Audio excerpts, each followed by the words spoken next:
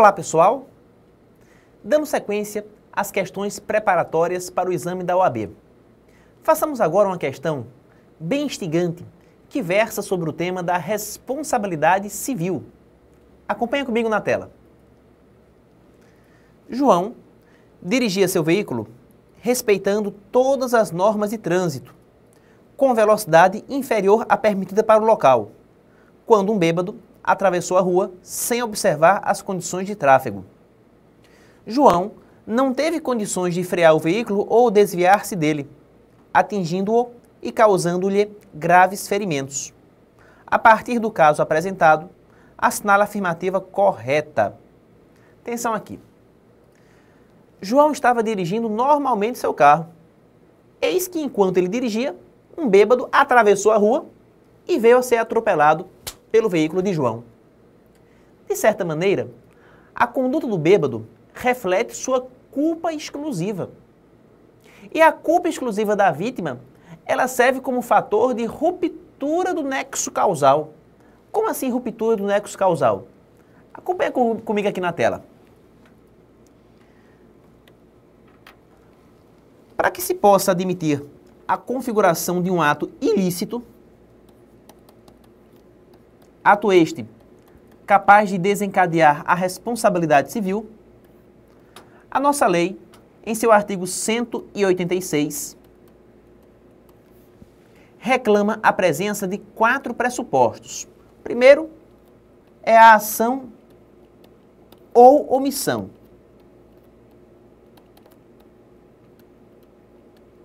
O segundo é o resultado, que se evidencia em um dano material, moral ou estético. O terceiro pressuposto é o nexo causal, que pressupõe relação de causa e efeito entre a ação ou omissão e o resultado. E o quarto pressuposto é a culpa do agente. O agente há de incidir em culpa. Vamos frisar nossas observações no terceiro pressuposto. Nexo causal. Meus amigos, o nexo causal nada mais é do que uma relação de causa e efeito entre o comportamento e o resultado. Portanto, é necessário que se demonstre que entre a conduta do agente e o dano sofrido pela vítima, exista essa relação de causalidade, que uma coisa conduziu à outra. Acontece que esse nexo causal, ele pode ser excluído em 2 situações principais. A primeira, joga na tela. Vamos chamar aqui de hipóteses de ruptura. A primeira hipótese é a culpa exclusiva da vítima.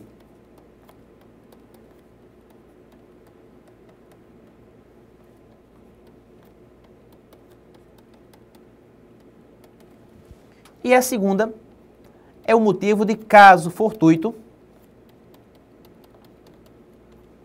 ou força maior. Então percebam, se ficar provado que o dano sofrido pela vítima decorreu de sua culpa exclusiva da vítima, ou que esse mesmo dano foi fruto de um caso fortuito ou força maior, considera-se rompido o nexo causal. E uma vez rompido o nexo causal, deixa de haver, consequentemente, a configuração de um ato ilícito.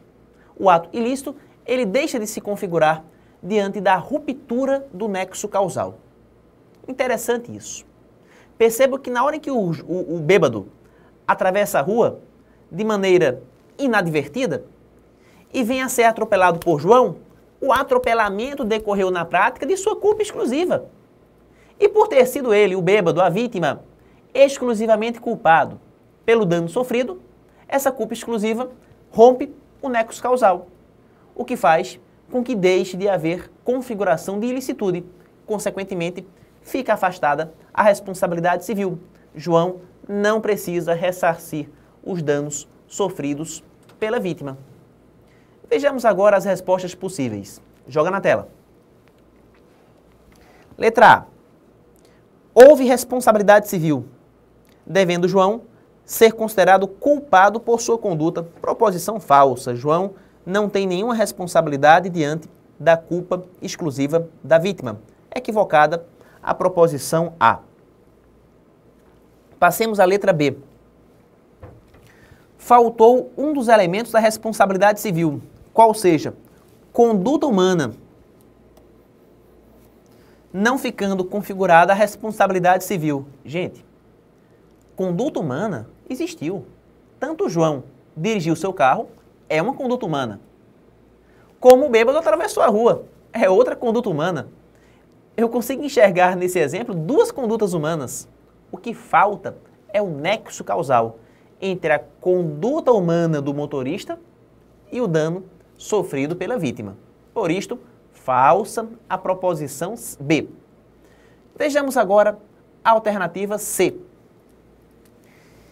Inexistiu um dos requisitos essenciais para caracterizar a responsabilidade civil, o dano indenizável, e por isto não deve ser responsabilizado. Gente, o dano aconteceu. A vítima foi atropelada, houve dano. Entretanto, a partir do momento em que se verifica a culpa exclusiva da vítima, essa culpa exclusiva rompe o nexo causal, afasta a configuração da ilicitude e, consequentemente, deixa de haver responsabilidade civil. Equivocada, assim, a proposição C. E, por último, passemos à letra D. Houve rompimento do nexo de causalidade em razão da conduta da vítima, não restando configurada a responsabilidade civil. Essa seria a resposta correta. Correta, portanto, a proposição. Vejamos agora a próxima questão. Pedro, engenheiro elétrico, mora na cidade do Rio de Janeiro e trabalha na concessionária Iluminação S.A. Ele é viúvo e pai de Bruno, 7 anos de idade, que estuda no colégio particular Amarelinho. Há 3 meses, Pedro celebrou contrato de financiamento para a aquisição de um veículo importado, o que comprometeu bastante seu orçamento. E a partir de então, deixou de arcar com o pagamento das mensalidades escolares de Bruno. Por razões de trabalho, Pedro será transferido para uma cidade serrana, no interior do estado, e solicitou ao estabelecimento de ensino o histórico escolar de seu filho, a fim de transferi-lo para outra escola. Contudo, teve seu pedido negado pelo Colégio Amarelinho, sendo a negativa justificada pelo colégio como consequência de sua inadimplência com o pagamento das mensalidades escolares. Para a surpresa de Pedro, na mesma semana da negativa, é informado pela diretora do Colégio Amarelinho que seu filho não mais participaria das atividades recreativas diuturnas do colégio, enquanto Pedro não quitar o débito das mensalidades vencidas e não pagas. Com base no caso narrado, assinale a afirmativa correta. Atenção aqui. A questão se resume no tema do abuso de direito. De fato, a partir do momento em que o colégio retém o histórico escolar de um aluno menor, e ao mesmo tempo impede que esse aluno participe das atividades recreativas da escola, sob o argumento de que seu pai não pagou as mensalidades escolares, está havendo um comportamento abusivo por parte da diretora desse colégio. Lógico. Colégio nenhum pode reter histórico escolar do aluno. Colégio nenhum pode impedir que o aluno participe das atividades recreativas, sob o argumento de que o pai não quitou as mensalidades escolares. Percebam, se a dívida foi assumida pelo pai, cabe ao colégio propor ação de cobrança contra ele. Então, o procedimento correto da escola qual é? Propor ação de cobrança contra o pai inadimplente. Mesmo porque a parte do contrato não é o aluno, a parte do contrato é o pai. Consequentemente, diante da inadimplência do pai, ele é que deve ser penalizado. De que modo? Através de uma ação de cobrança, PRIO. Então o colégio não pode reter histórico escolar de aluno, nem tampouco privar o aluno das atividades recreativas sob o argumento da inadimplência do pai. Logo, o colégio que assim procede está cometendo um abuso de direito. Interessante observar que o nosso Código Civil, ele se reporta expressamente ao abuso de direito em seu artigo 187. Lá no artigo 187, o nosso Código deixa claro que também comete ato ilícito o titular de um direito que, ao exercê-lo, excede manifestamente os limites impostos pelo seu fim econômico-social, pela boa-fé ou pelos bons costumes. Então, aquele titular de direito que, ao exercê-lo, venha a exceder os limites impostos pelo seu fim econômico-social, pela boa-fé ou pelos bons costumes, está praticando abuso de direito. E ao praticar abuso de direito, ele vai ter que assumir as consequências do seu ato. Vejamos as proposições. Letra A.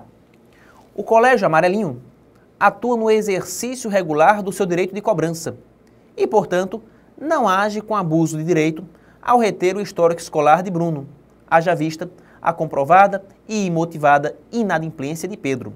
Proposição falsa. Não cabe falar aqui em exercício regular de direito.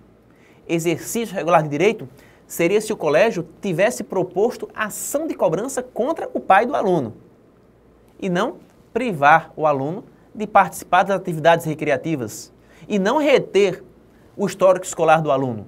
Essas atitudes não se dão em exercício regular de direito, e sim em abuso de direito. Equivocada, por isto, a proposição A. Vejamos agora o que diz a letra B. As condutas adotadas pelo Colégio Amarelinho configuram abuso de direito, pois são eticamente reprováveis, mas não configuram atos ilícitos indenizáveis. Vejam que absurdo. O nosso Código Civil, em seu artigo 187, ele deixa claro: também comete ato ilícito o titular de um direito que, ao exercê-lo, excede manifestamente os limites impostos pelo seu fim econômico-social, pela boa-fé ou pelos bons costumes. Consequentemente, ato praticado em abuso de direito é ato ilícito e gera o dever de indenizar. Equivocada, assim, a proposição B. Vejamos agora a letra C. Tanto a retenção do histórico escolar de Bruno, quanto a negativa de participação do aluno nas atividades recreativas do colégio, configuram atos ilícitos, objetivos e abusivos, independente da necessidade de provar a intenção dolosa ou culposa na conduta adotada pela diretora do Colégio Amarelinho. Proposição correta. Meus amigos, de acordo com o entendimento jurisprudencial dominante, a responsabilidade civil por abuso de direito independe de culpa. É uma responsabilidade objetiva. Então, aquele que exerce o ato em abuso de direito responderá independentemente de culpa pelos danos provocados. Responsabilidade objetiva. É assim que decide o nosso STJ. Por isto, correta a proposição C. E por último, vejamos a letra D. Para existir obrigação de indenizar do Colégio Amarelinho, com fundamento no abuso de direito, é imprescindível a presença de dolo ou culpa, requisito necessário para caracterizar o comportamento abusivo e o ilícito indenizável. Proposição falsa. Na verdade, a responsabilidade não se condiciona à culpa. É uma responsabilidade objetiva. Equivocada a assertiva D. Vejamos agora a próxima questão.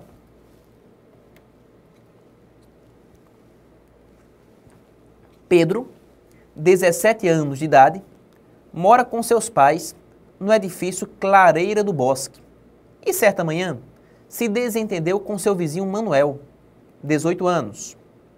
O desentendimento ocorreu logo após Manuel, por equívoco do porteiro, ter recebido e lido o jornal pertencente aos pais do adolescente. Manuel, percebido o equívoco, promoveu a imediata devolução do periódico, momento no qual foi surpreendido com a atitude inesperada de Pedro, que, revoltado com o desalinho das páginas, o agrediu com um soco no rosto, provocando a quebra de 3 dentes. Como Manuel é modelo profissional, pretende ser indenizado pelos custos com implantes dentários, bem como pelo cancelamento de sua participação em um comercial de televisão. Tendo em conta o regramento da responsabilidade civil por fato de outrem, assinale a afirmativa correta. Percebam, temos aqui um caso envolvendo um menor, Pedro, que tinha 17 anos de idade. E ao verificar que Manuel leu o jornal do seu pai e as páginas estavam desalinhadas, veio a desferir no rosto de Manuel um forte soco que veio a quebrar seus dentes e, ao mesmo tempo, impedi-lo de participar de um programa televisivo. Toda a questão se centra na responsabilidade civil dos incapazes. A grande pergunta é: pessoa incapaz tem responsabilidade civil por seus atos? Em regra, não. Via de regra, o nosso Código Civil, ao tratar dos atos danosos causados por incapazes, leva em conta a responsabilidade dos pais. Cabe aos pais, quanto à pessoa dos filhos menores, responder pelos danos que estes provocarem. Está lá no artigo 932, inciso 1º. De acordo com o 932, inciso 1º, são responsáveis pela reparação civil os pais pelos filhos menores que estiverem sob sua autoridade e em sua companhia. Logo, a responsabilidade civil pela conduta praticada por Pedro corre por conta dos seus pais. Estes é que são os verdadeiros responsáveis. Entretanto, é importante destacar que em casos excepcionais, o artigo 928, ele vai admitir que o próprio incapaz seja chamado à responsabilidade civil. Ou seja, que a responsabilidade corra por conta do incapaz e não de seus responsáveis. Que casos são estes, pessoal? Vamos colocar aqui na tela. Acompanhem. Nós temos aqui como casos de responsabilidade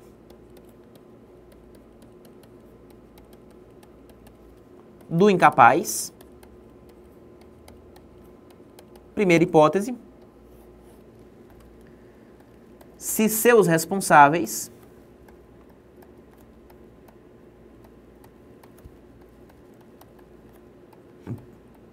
não tiverem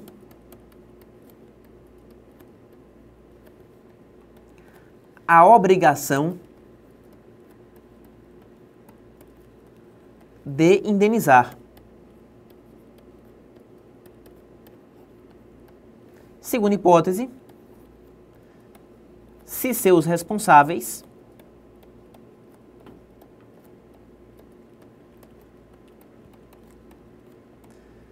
não dispuserem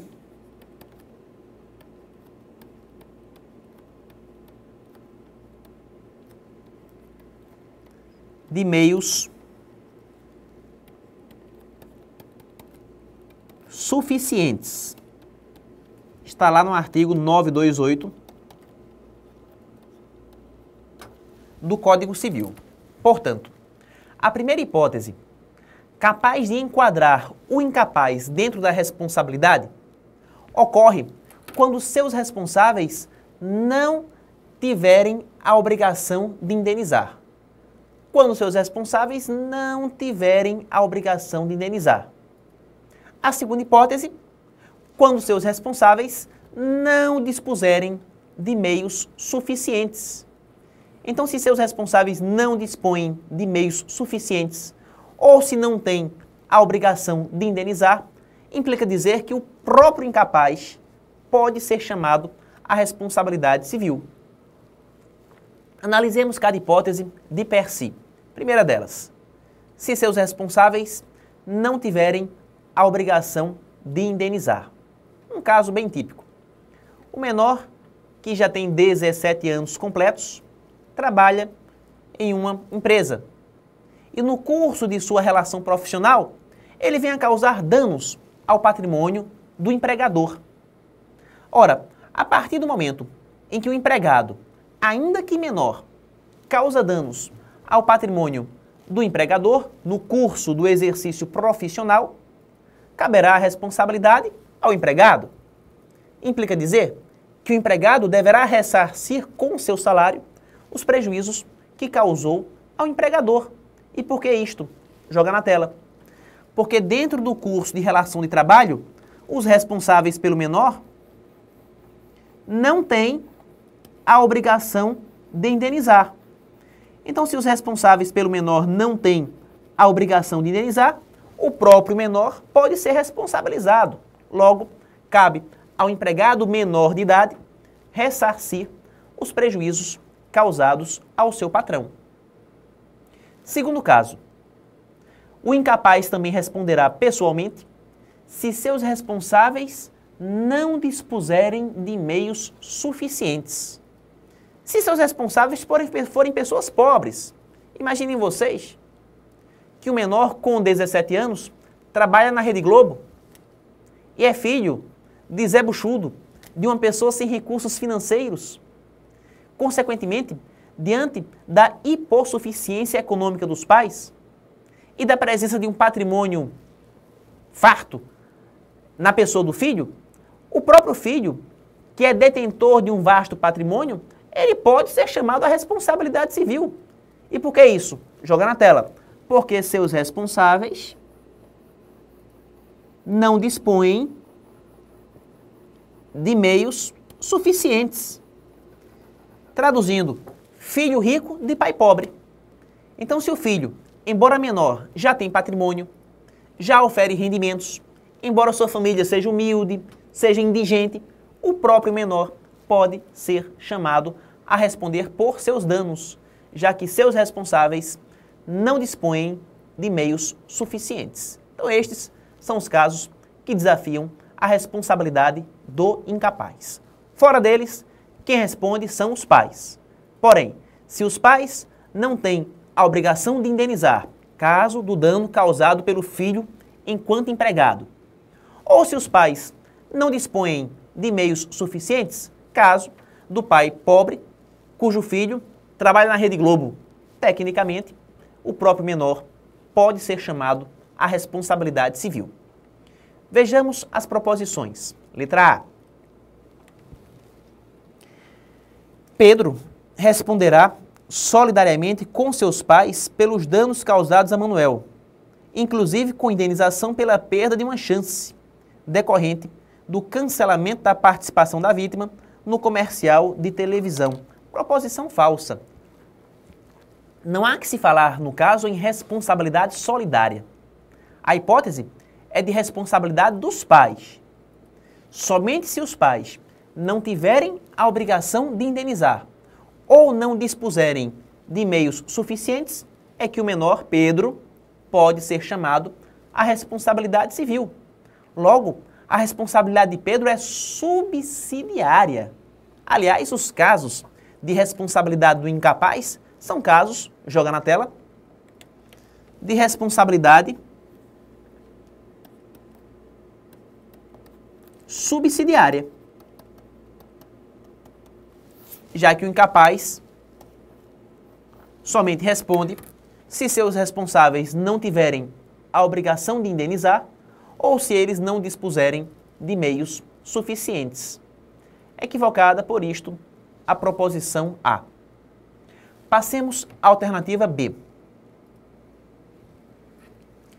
Somente os pais de Pedro terão responsabilidade objetiva pelos danos causados pelo filho, mas detêm direito de reaver de Pedro, posteriormente, os danos indenizáveis a Manuel.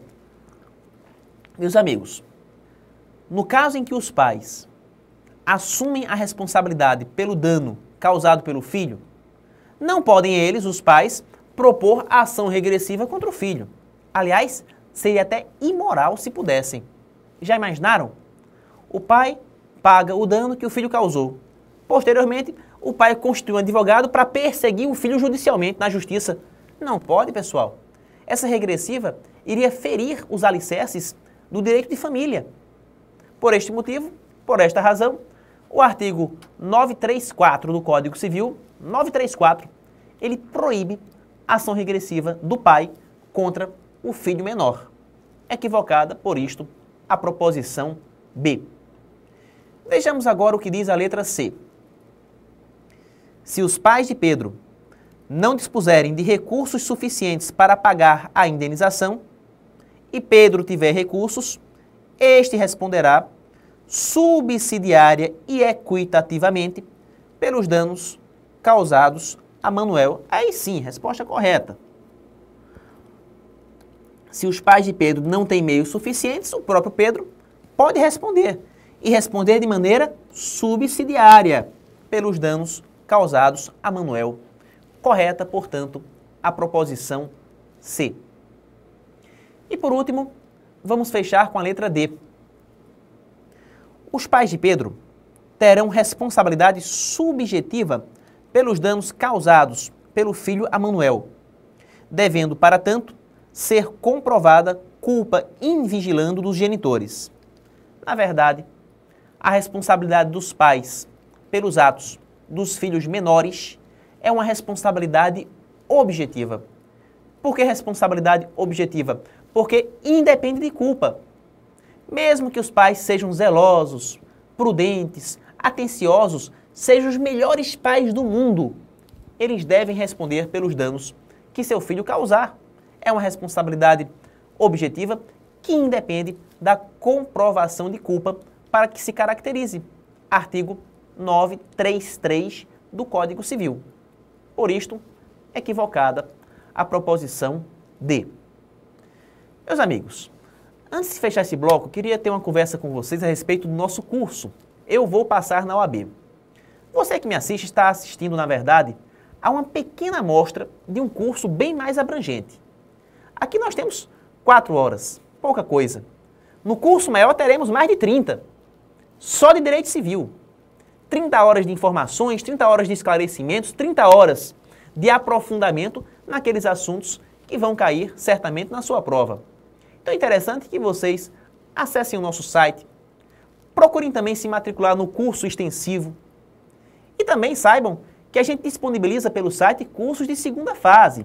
Então quem estiver disposto a enfrentar a segunda fase da OAB e quiser se preparar com a gente, fiquem tranquilos, dispomos aqui da melhor equipe do mercado que vai conduzir você ao seu grande objetivo, que é passar no exame da OAB. Então não tem como errar, pessoal. Com o Eu Vou Passar na OAB, vocês vão ter uma ferramenta poderosíssima, importantíssima, que lhe auxiliará na consumação da sua finalidade, do seu objetivo, que é conseguir a bendita carteira cor-de-rosa. Então se preparem com a gente, assistam nossas aulas aqui da revisão, mas também procurem assistir e se matricular no curso extensivo, sabendo que a gente também tem cursos preparatórios para a segunda fase do exame de ordem, ok? Então fiquem todos com Deus, um forte abraço e no bloco 3 daremos sequência ao nosso assunto.